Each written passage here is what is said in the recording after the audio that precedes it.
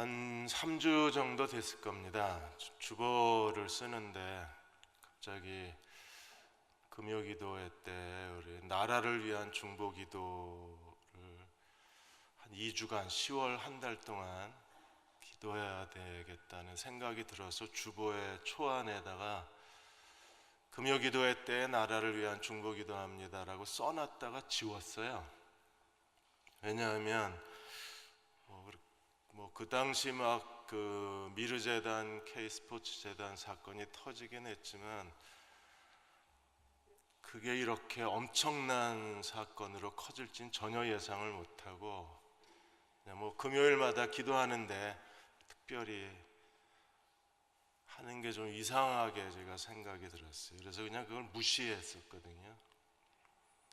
그리고 나서 이렇게 엄청난 일이 터졌습니다. 그래서 제가 얼마나 회개를 했는지 모릅니다. 일단 하루 종일 신문 기사 들여다보고 뉴스 들으면서 정말 마음이 아프고, 제가 또 성령의 그 감동을 무시했다는 그 죄책감 때문에 정말 많이 힘든 시간을 보내야 했었습니다. 지금 대한민국은 완전히 이세벨로 인해서 아합이 우상숭배 국가가 된 것처럼 한국은 완전히 샤머니즘 국가가 되어져 버린 거예요. 재미 언론인 그 시크릿 오브 코리아 안치용 씨가 이제 박근혜 정부에 대해서 이분이 계속 지금 글을 쓰고 있는데, 이번에 세계일보에 기자 한 사람이 최순실 씨를 독일에서 인터뷰하고 왔는데, 그 세계일보 기자가 이분이 전에 1993년도부터 2003년까지 10년 동안에 통일교 유럽 회장을 지냈던 사람입니다. 통일교 아주 최측근입니다. 세계일보 사장까지 지내고. 최태민 목사하고 통일교가 또 굉장히 친분이 있는 관계거든요. 그러니까 아마 최순실 씨가 이 세계일보 기자를 만나, 지금 정부도 어디 있는지 모르는 상황인데 세계일보 기자가 인터뷰해서 그 기사를 실어낸 거에 대해서 이제 안치용 씨는 그 뒤에 이제 통일교가 있다 이렇게 얘기를 하는 겁니다. 실제로 최태민 씨가 영세교를 만들기 전에 그분이 먼저 천부교라는 그 사이비 단체에 있었는데, 이 천부교를 만든 박태선 씨하고 통일교 문선명 씨가 그 이스라엘 수도원 운동을 했던 초창기 한국의 이단 교주한테 사살을 받은 사람이거든요. 문선명하고 박태선이가. 그 박태선 밑에 있던 사람이 최태민입니다. 그래서 이 천부교에서 빠져나와서 만들어낸 게 영세교라는 사이비 종파를 만들어낸 거였었어요. 그러니까 그 뒤에 이런 거대한 사이비 집단이 그 뒤에 숨겨져 있는 겁니다. 무엇보다도 2013년 2월에 박근혜 대통령 취임식 할 때 여러분도 그때 막 기독교가 한바탕 뒤집어졌었는데, 그게 오방랑 복주머니를 이순신 장군 동상화 강화문에다 이거놓고 복주머니 그 개막식을 했었던 적이 있었잖아요. 이 복주머니 오방랑이가 완전히 그게 무속신앙의 상징이잖아요. 오행사상을 근거로 해서 흑백, 청홍, 황 5가지 색깔을 놓고 그걸로 이제 기륭을 점치는 게 오방랑이잖아요. 남대문에 걸어 놓으려고 한 거를 그때 청와대 비서관들이 막아가지고 이제 광화문에서 이걸 제막식을 했었는데, 이게 부적 같은 거예요. 오방랑이. 그러니까 국가 부적을 붙여놓은 겁니다. 그야말로 우리는 정말 이세벨에 의해서 바알과 아세라 우상의 거룩한 땅이 우상의 땅이 된 것처럼 지금 대한민국이 완전히 우상의 땅이 된 거예요. 이게 오방랑의 기본 사상이 우주와 땅과 혼입니다. 혼. 그러니까 박근혜 대통령의 그 어록이 전부 이 오방랑 사상에서 나온 겁니다. 2015년 4월에 중남미 순방할 때에 박근혜 대통령이 이런 말을 했습니다. 간절히 원하면 우주가 도와준다고. 그리고 그 다음 5월에 아이들을 청와대에 초청해 놓고 아이들한테 한 얘기가 정말 간절히 원하면 우주가 나서서 도와준다, 소원을 이루어준다, 우주론을 또 이게 전부 오방랑 무속신앙 사상이에요. 그리고 이번에 그 최순실 씨 뒤에 숨어 있는 비선 조직, 그 여자들로 구성된 조직 이름이 팔선녀. 선녀도 이게 무속신앙이잖아요, 샤머니즘. 그러니까 대한민국 땅이 이세벨이 아합을 내세워서 우상숭배의 제국을 만든 것처럼 이게 최태민, 최순실 이 사람들이 박근혜를 앞세워서 완전히 대한민국을 샤머니즘 국가로 만들어 놓은 꼴이에요. 고린도 교회도 정말 미성숙한 교회였었습니다. 그래서 고린도 교회가 큰 은사 두 개가 충돌을 하는데 그게 오늘 14장에서 방언과 예언의 문제입니다. 방언에 대해서 그 사람들이 방언을 모든 은사 중에 최우선 순위를 둔 거예요. 그래서 이 방언 문제에 대해서 오늘 12장에서 14장까지 바울이 계속 논증을 펼치다가 이제 14장에 와서 방언에 대한 실체와 예언이 무엇인가를 설명을 하고 있는 겁니다. 12장 31절에 바울이 고린도 교회에게 이렇게 말했습니다. 너희는 더욱더 큰 은사를 사모해라. 더 큰 은사가 있다. 근데 그들은 지금까지 더 큰 은사가, 가장 큰 은사가 방언이라고 생각을 했는데 바울은 더 큰 은사가 있다는 거예요. 그리고 오늘 14장 1절에서 그 더 큰 은사가 무엇인가에 대해서 설명을 했습니다. 사랑을 추구하며, 우리는 아가페 사랑에 대해서 13장에서 봤습니다. 바울이 얘기하는 게 뭐예요? 사랑 없이 은사만 있으면 은사는 불완전하다는 겁니다. 그러니까 모든 은사는 사랑으로 행해야 은사의 기능을 다한다는 거예요. 그래서 사랑을 추구하고 신령한 것들을 사모하되 특별히 무엇을 하려고 해라? 예언을 하려고 해라. 그래서 바울은 특별한 은사가 있는데 그거는 방언이 아니라 예언이라고 얘기를 하는 거예요. 그러니까 고린도 교회 사람들이 지금까지 그들의 은사 순위표에 1위가 방언이었었는데 바울이 그걸 순서를 지금 뒤바꾸고 있는 겁니다. 너희가 예언을 해라. 그래서 오늘 14장에 예언을 하라는 말이 계속 반복이 돼요. 1절에서 너희가 예언을 하라. 그리고 5절에 보시면 너희가 그 방언을 말하기를 원하나 특별히 예언을 하기를 원하노라. 그리고 31절에도 다시 반복을 합니다. 31절에 너희가 모든 사람을 배우게 하고 모든 사람을 권면을 받게 하기 위하여 하나씩 예언을 할 수 있느니라. 그래서 모든 사람이 다 예언을 하기를 원하고, 그리고 39절에도 다시 반복이 됐습니다. 내 형제들아 예언하기를 사모하고 방언 말하기를 금하지 말라. 그래서 예언의 은사가 가장 특별한 은사여 최고의 은사라고 설명을 했습니다. 그럼 예언의 은사가 무엇인가? 스테드맨 박사는 예언의 은사에 대해서 그건 하나님의 말씀을 해석해서 오늘 우리의 삶에 적용하는 것, 이게 예언의 은사라 그랬어요. 왜냐하면 구약의 예언자들은, 선지자들은 다 어떤 사람들입니까?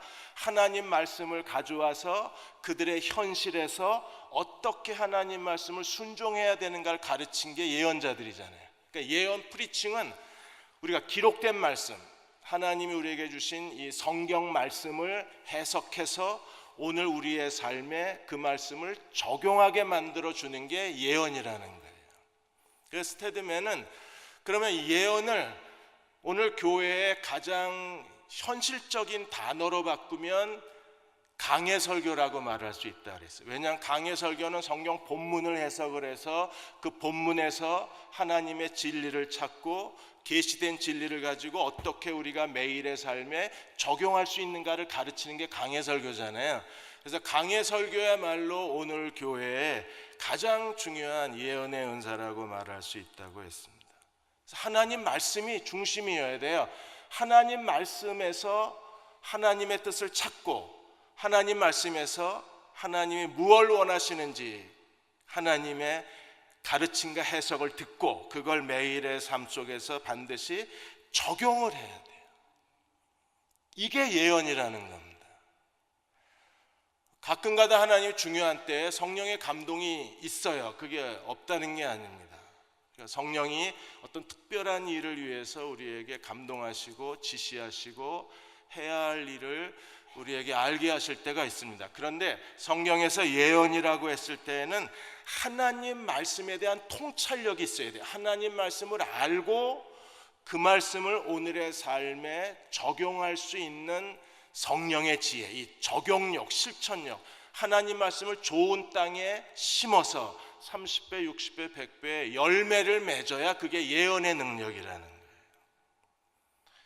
그래서 바울은 방언하는 것도 정말 잘하는 거지만 더 중요한 거는 너희가 모든 사람이 다 예언을 했으면 좋겠다고 우리에게 설명을 하는 겁니다.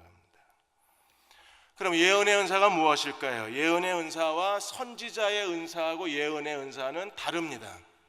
바울은 에베소서에서 사도와 선지자 위에 교회가 서 있다 그랬어요. 하나님의 거룩한 공동체는 사도와 선지자 위에 서 있습니다. 그 선지자들은 특별한 하나님에게 쓰임을 받는 사람이고, 예언은 우리 모든 그리스도인이 서로를 위해서 해야 될 하나님의 성령의 은사가 되는 거예요.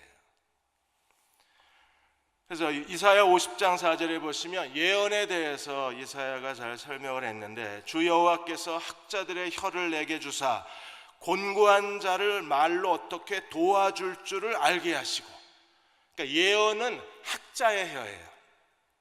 하나님 말씀을 알고 우리가 그 말씀을 해석해서 곤고한 자를 말로 어떻게 도와줄 줄을 알게 하시고 아침마다 깨우치시되 나의 귀를 깨우치셔서 학자같이 알아듣게 하시는도다. 그러니까 하나님 말씀을 읽고 묵상하고 배우고 들을 때 학자처럼 이 사람은 알아들어요. 말씀을 깨닫습니다.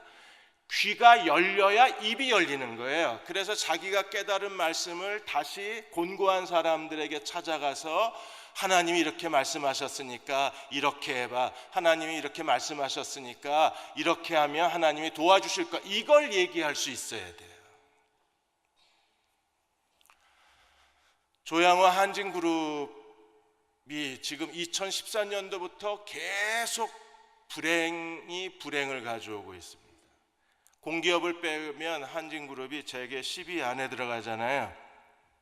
그런데 재계 10위인 한진그룹이 2014년 여러분이 잘 아시는 것처럼 그 조현아 부사장의 땅콩 회항 사건이 일어나면서부터 계속 한진그룹이 무너지기 시작을 합니다. 2015년에는 문희상 그 처남 사건이 청탁에 연루가 돼서, 그래서 박근혜 정부하고 어긋나기를 시작하잖아요.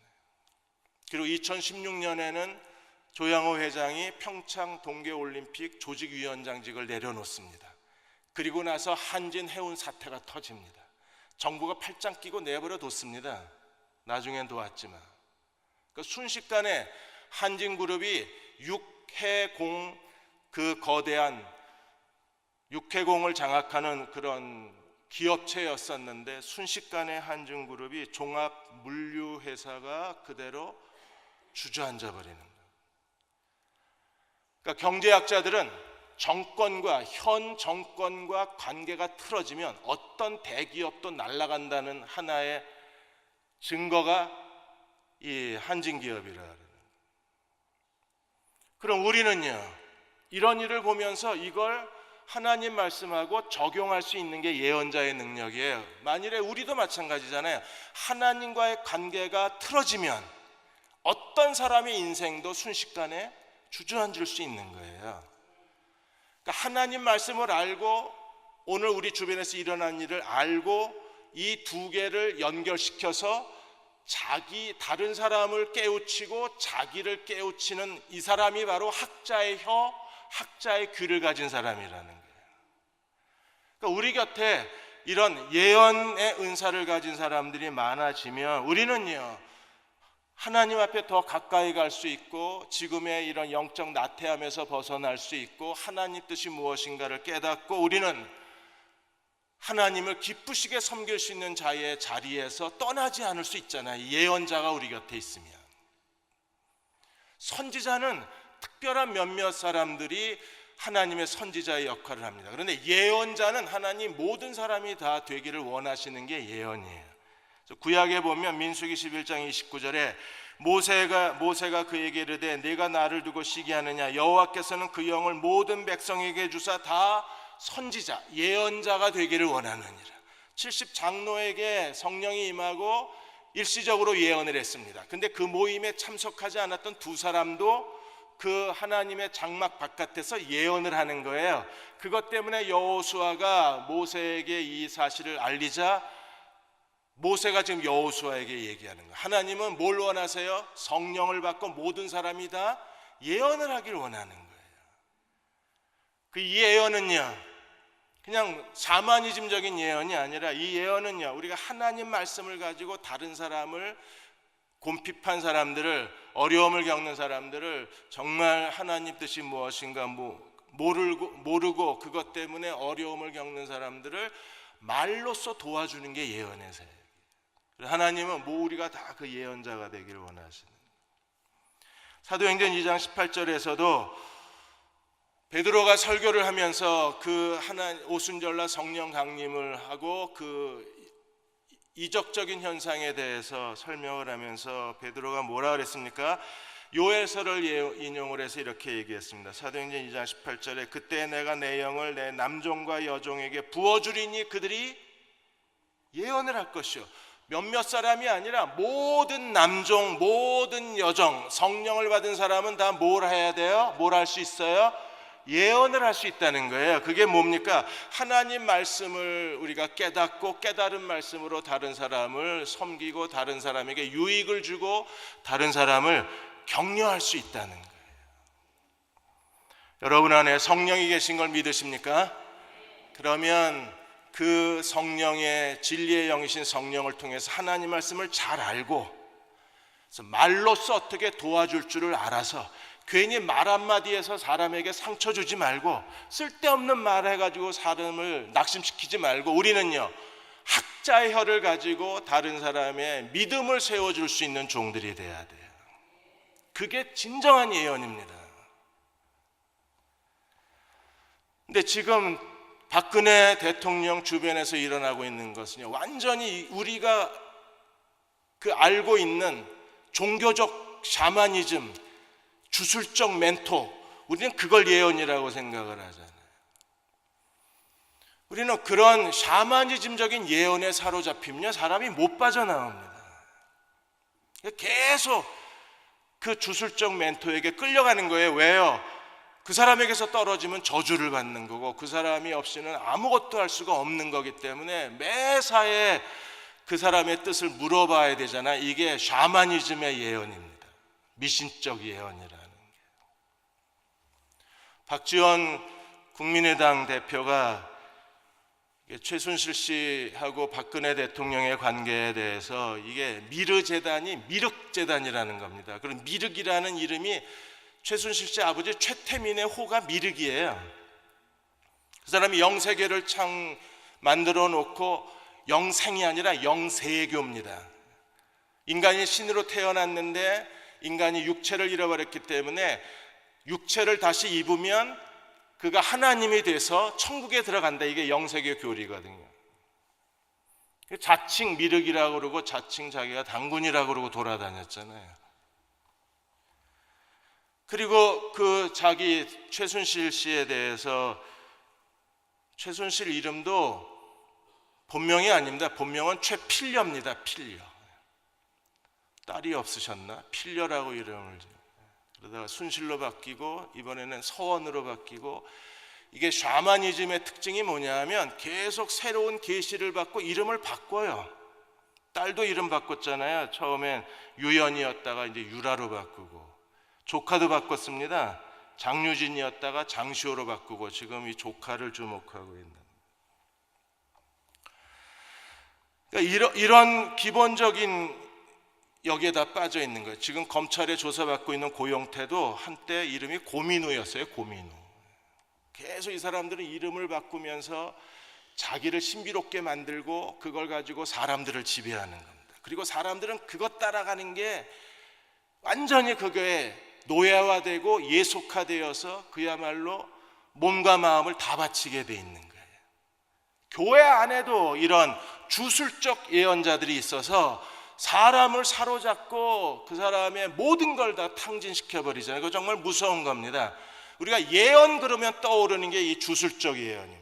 그러나 성경이 말하는 예언은요, 주술적 멘토가 아니라 성경이 말하는 예언은 하나님 말씀을 가지고 서로를 섬기고 하나님 말씀으로 서로를 깨우쳐주고 하나님 말씀으로 서로를 세워주는 게 예언의 사역이라는 거예요.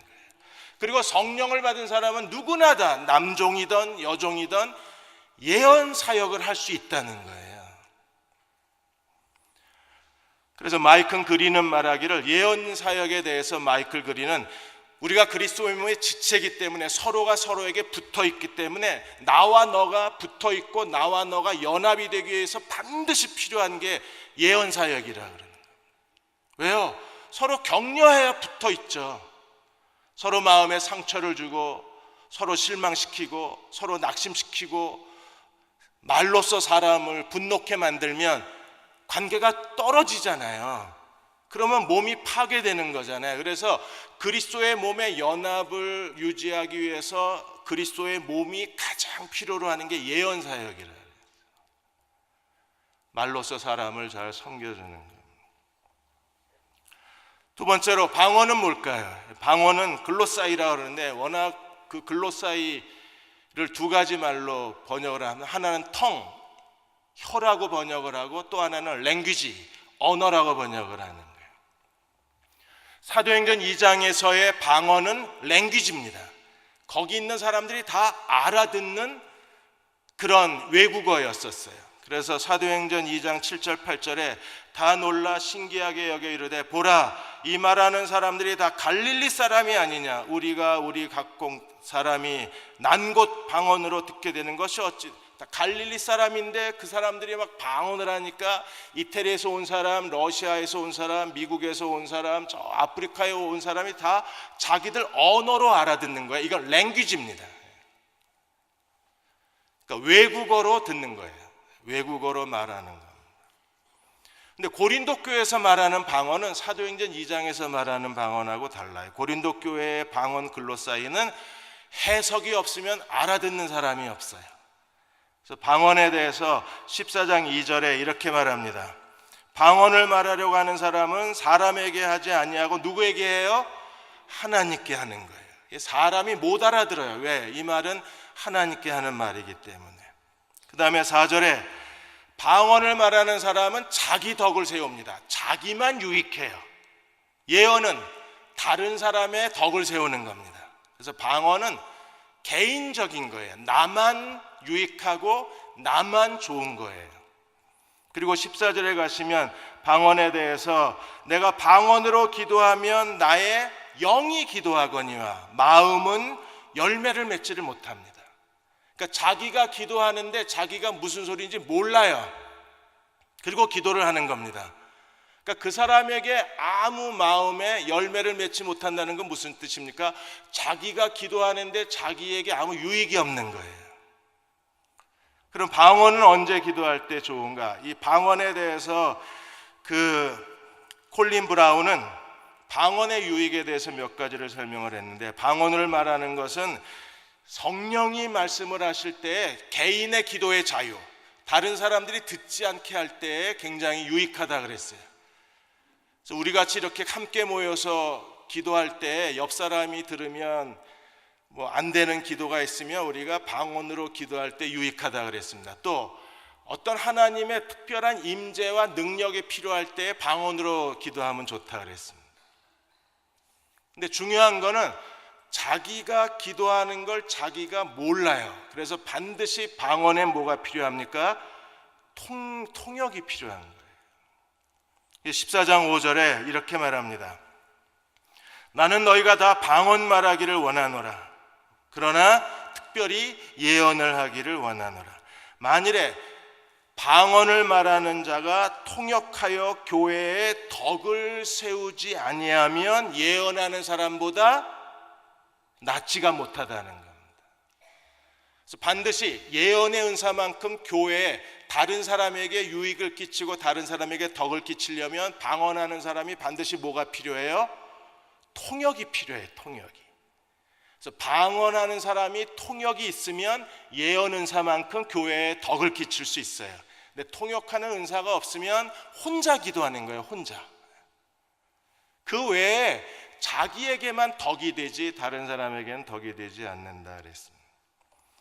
그래서 방언은 이렇게 혼자 기도의 자유를 얻고 그 다음에 자기가 너무 힘들 때 기도에 말이 안 나올 때가 있잖아요. 너무 짓눌려 가지고 그럴 때에 기도의 문을 열기에 좋고, 또 어떤 하나님의 특별한 임재가 필요할 때에 우리가 기도할 수 있습니다.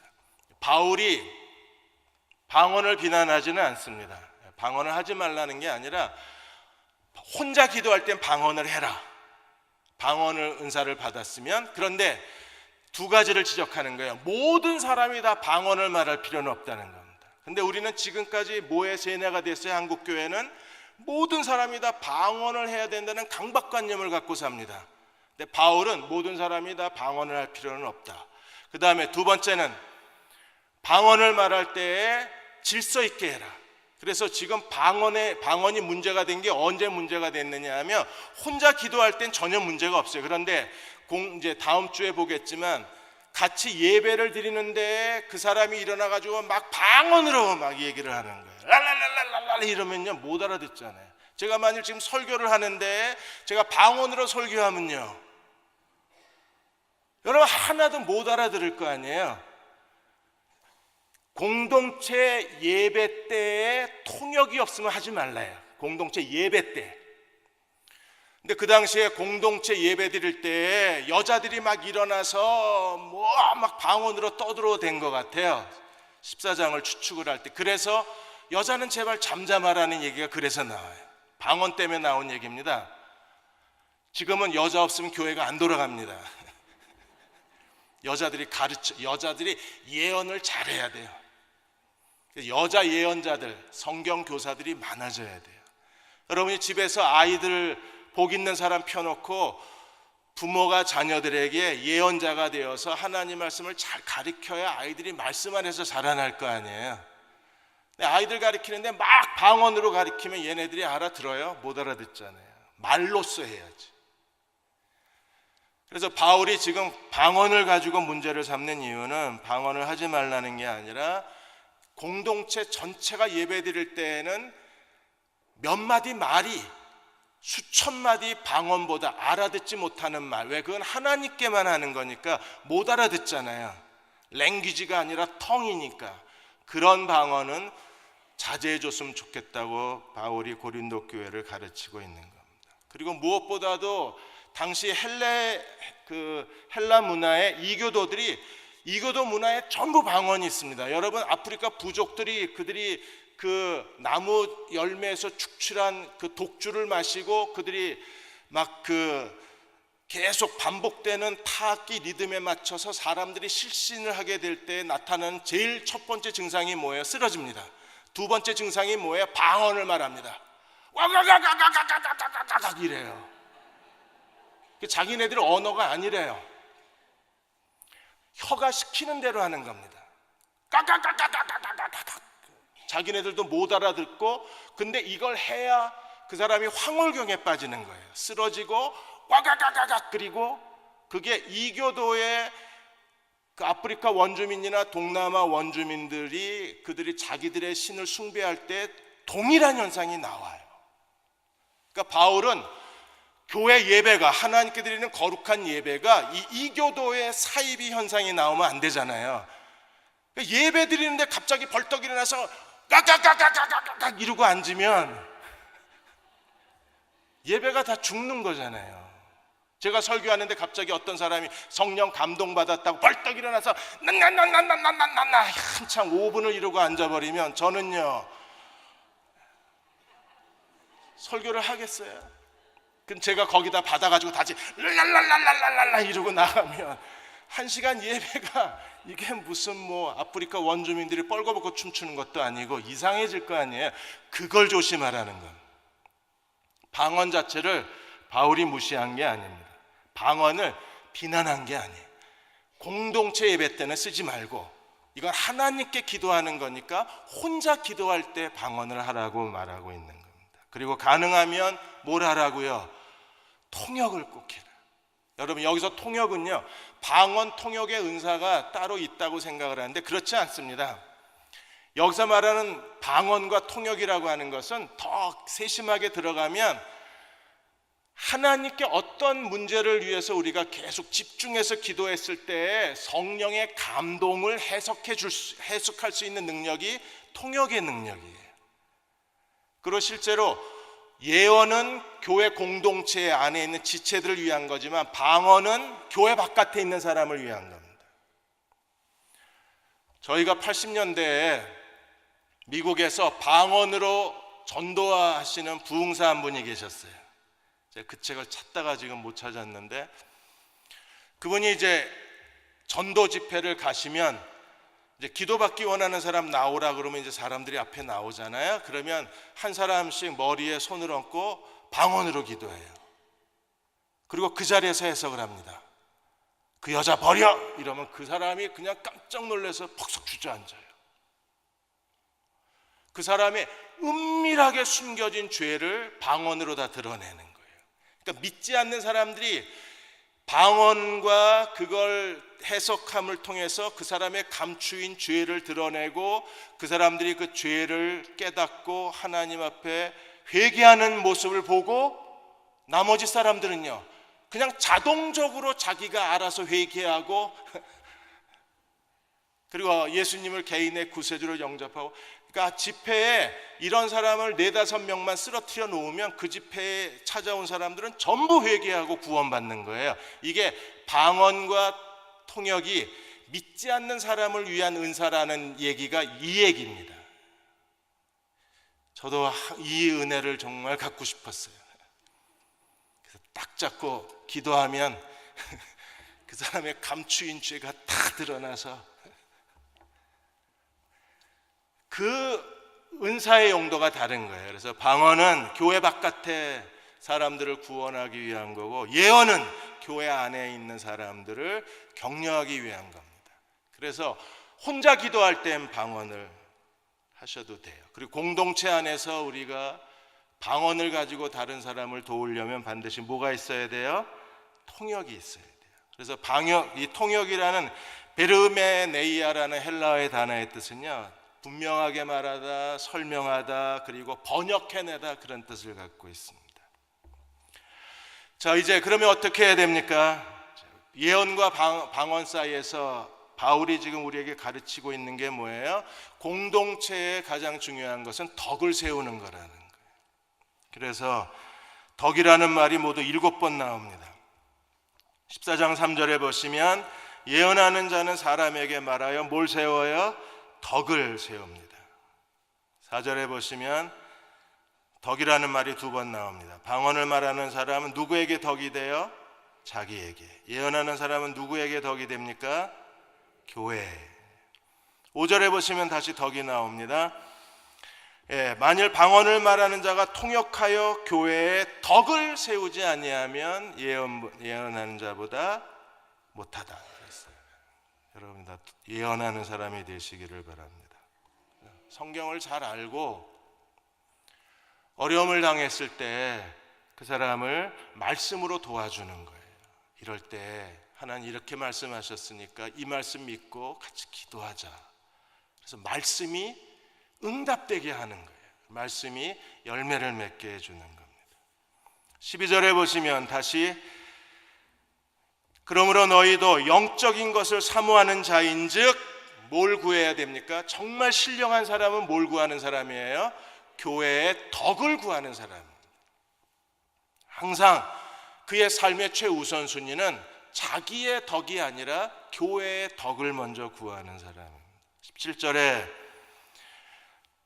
너는 감사를 잘하였으나 그러나 다른 사람을 방언으로만 막 감사를 하면 이 사람은 자기는 감사를 했어, 분명히. 그런데 듣는 사람은요, 덕이 하나도 안 돼.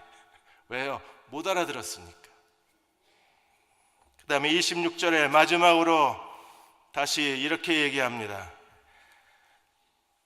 그런즉 형제들아 어찌할까? 너희가 모일 때 각각 찬송시도 있으며 가르치는 말씀도 있으며 계시도 있으며 방언도 있으며 통역함도 있나니 모든 것을 무엇을 위해서 해야 합니까? 덕을 세우는데. 모든 은사, 직분, 우리의 모든 섬김은 다 서로 덕을 세우자고 하는 거예요. 자기를 드러내고자 하는 게 아니라 덕을 세우고자 하는 행위가 되어야 합니다. 그렇게 될 때 우리가 드리는 예배는 어떤 예배가 될까요? 40절에 모든 것을 품위 있게 하고 질서 있게 하라. 이 질서라는 말이요, 매력적으로 그런 뜻입니다. 우리가 드리는 예배가 정말 아름답고 매력적이어야 돼요. 대응이라는 공동체가 지루하고 답답하고 그냥 같이 있기 싫고 옆에 있으면 숨 막히는 그런 관계가 아니라, 우리가 함께 모였을 때 우리가 서로 섬기는 사람이 되면, 덕을 세우는 사람이 되면 우리는 어떤 사람이 돼요? 품위가 있어요. 그리고 우리는 어떤 사람이 됩니까? 정말 매력적인 사람이 될 수 있는 거예요. 공동체에 품위가 있어야 되고 공동체에 매력이 있어야, 그래야 우리가 마음껏 와서 우리 자신을 내어놓고 하나님으로부터 부어주신 은혜를 경험할 수 있잖아요. 우리가 이 일을 위해서 하나님 앞에, 방언의 은사는 정말 좋은 은사입니다. 그러나 방언 숭배주의에 고린도 교회가 빠졌고 한국 교회도 어느 사이에 방언 숭배주의에 빠진 거예요. 방언은 은사 중에 하나입니다. 하나님이 주시면 감사하고 안 주셔도 별로 그렇게 큰 상관이 없어요. 은사 중에 하나이니까. 모든 사람이 다 눈이면 밥은 뭐 어디로 먹으려고요? 모든 사람이 다 코면 사랑하는 아내의 얼굴은 뭘로 보려고요? 은사 중에 하나지 모든 사람이 다 가져야 되는 건 아닙니다. 오히려 모든 사람이 다 가지라고 하나님이 원하시는 게 있다면 예언의 은사예요. 모든 사람이 다 선지자 되길 원하노라, 모든 사람이 다 남종과 여종이 예언하길 원하노라. 이 하나님의 예언이 성취되는 것은요, 우리가 서로 말씀으로 섬기는 예언자가 되는 데 있어요. 우리가 그렇게 될 때 하나님께서는 우리를 통해서 더 놀라운 일들을 해내실 수가 있습니다. 공동체 안에서 우리가 해야 될 두 가지 은사가, 그래서 5절에 보시면 너희가 예언을 하라고 그랬고, 또 19절에 보시면 너희가 남을, 교회에서 내가 남을 가르치기 위해서 깨달은 마음으로 5마디 말을 하는 것이 1만 마디 방언으로 말하는 것보다 뭐하다? 훨씬 더 낫다 그랬어요. 그래서 말씀을 깨닫고 우리가 다른 사람을 말로써 잘 섬겨주면 그 사람이 다시 믿음의 자리에 서고 용기를 얻고 하나님의 뜻을 발견하고 사명의 자리에 서면 그게 교회의 덕을 세우는 거잖아요. 지난번에 언양에서 고속도로 관광버스 사고가 났을 때 그 부상당해서 밖에 나와 있는 사람을 그 울산에 있는 병원까지 데려간 엘란트라 운전사가 나중에 보니까 교사더라고요. 윤리 선생님. 와, 진짜 윤리 선생님을 만났어요. 저 옛날에 중학교 때 윤리 선생님은요, 이게 윤리가 아니에요. 그 선생님 별명이 독사였어요. 독사. 왕독사. 성이 왕씨셨거든요. 윤리 선생님인데요, 아주 비윤리적이에요. 맨날 공부 시간에 10분 늦게 들어오고 출석부로 애들 패고 야구 백명이로 패고 윤리적으로 야구 방망이로 우리 패고. 근데 이 선생님은 진짜 윤리 선생님이셨더래요. 그 부상자들을 다 자기 차에 태우고 자기가 지리를 잘 모르니까 911에 전화를 해서 911에 안내를 받으면서 병원에 사람들 다 내려놓고 그리고 사라졌잖아요. 이런 사람들이 덕을 세우는 사람이죠. 우리가 정말 혼자 서 있기 힘들 때 우리에게 필요한 사람은요, 예언자. 하나님 말씀을 알고 내가 지금 무엇 때문에 힘들어하는가를 알고 나를 말로써 섬겨줄 수 있는 사람, 하나님 말씀으로 인도해 줄 수 있는 사람, 하나님 말씀을 가르칠 수 있는 사람, 그런 서로에게 예언자가 되어 주시는 저와 여러분이 되시기를 주의 이름으로 축원합니다. 기도하겠습니다.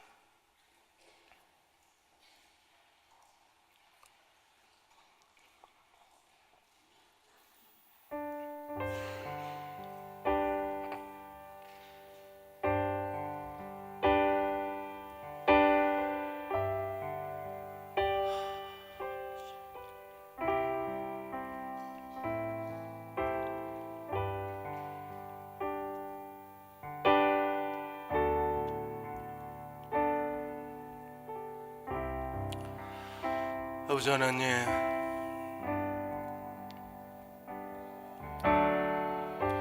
지금 우리가 무엇을 어떻게 해야 할지 가르쳐 주셔서 우리가 성령이 지시하신 대로 순종하며 나아가는 주의 백성 되게 하여 주옵소서.